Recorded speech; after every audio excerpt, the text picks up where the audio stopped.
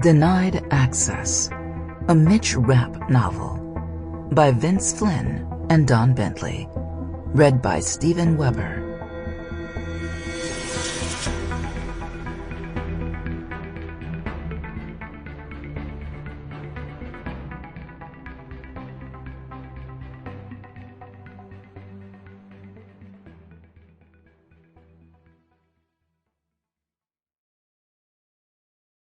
To Kyle Mills, thank you for your friendship, support, and incredible storytelling.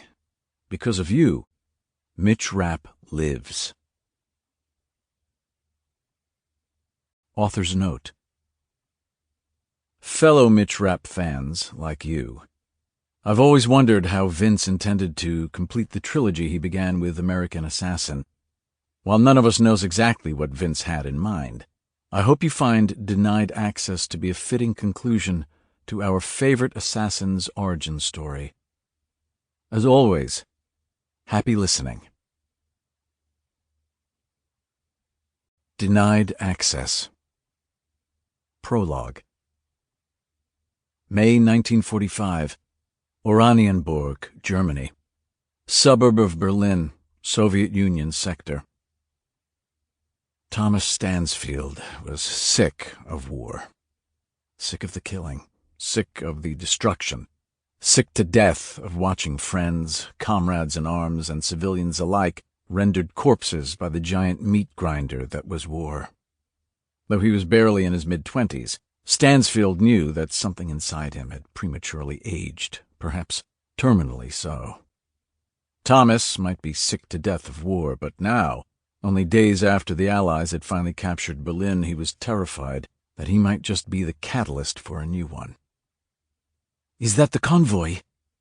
Though he was almost certain of his answer, Stansfield still pressed the Zeiss binoculars to his eyes before replying.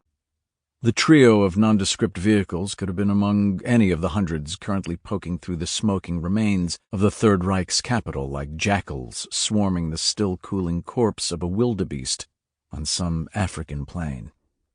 They were not. Though the day's last light was draining away from a crimson sky, enough illumination remained for the binoculars. BA-64 armored scout cars guarded the front and rear of the three-vehicle column, but it was the center vehicle that garnered Stansfield's attention. The Soviet Zeiss-5 cargo truck, lumbering along in a cloud of exhaust, featured a single vertical scratch on the metal toolbox mounted just about the right rear wheel housing. The scratch was jagged enough to suggest that its origin was accidental. It was not. A 14-year-old member of the resistance had etched the mark 2 evenings prior at considerable risk to her life. When he'd been 14, Stansfield had been focused on perfecting his curveball in the hopes of making the high school baseball team. The notion that he and his fellow spies used children to do the work of men had appalled him at first. No longer. Innocence was one of the first casualties of war, but not the last. "Ja," Stansfield said, lowering his binoculars. "Give the ready signal." Stansfield's answer, as was the original question, had been spoken in German. He had been horrified by the vicious attack against Pearl Harbor by the Imperial Japanese. Like many of his friends, he had set off for the Army recruiting station that very day, determined to enlist and do his part to avenge his countrymen. But unlike so many others, Thomas's enlistment had been circumvented. He had filled out the required paperwork and waited for the official notification that would provide the time and date of his physical exam. It never came. Instead, one of Thomas's professors had requested that he come to his office to sort out an administrative detail.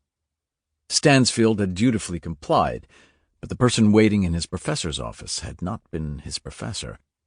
In fact, the trim, bespectacled man wasn't a member of the faculty at all. He'd explained in a precise Ivy League diction that Stansfield had come to the notice of a select group of people, a group who'd been tasked to aid America's war effort in an unconventional manner.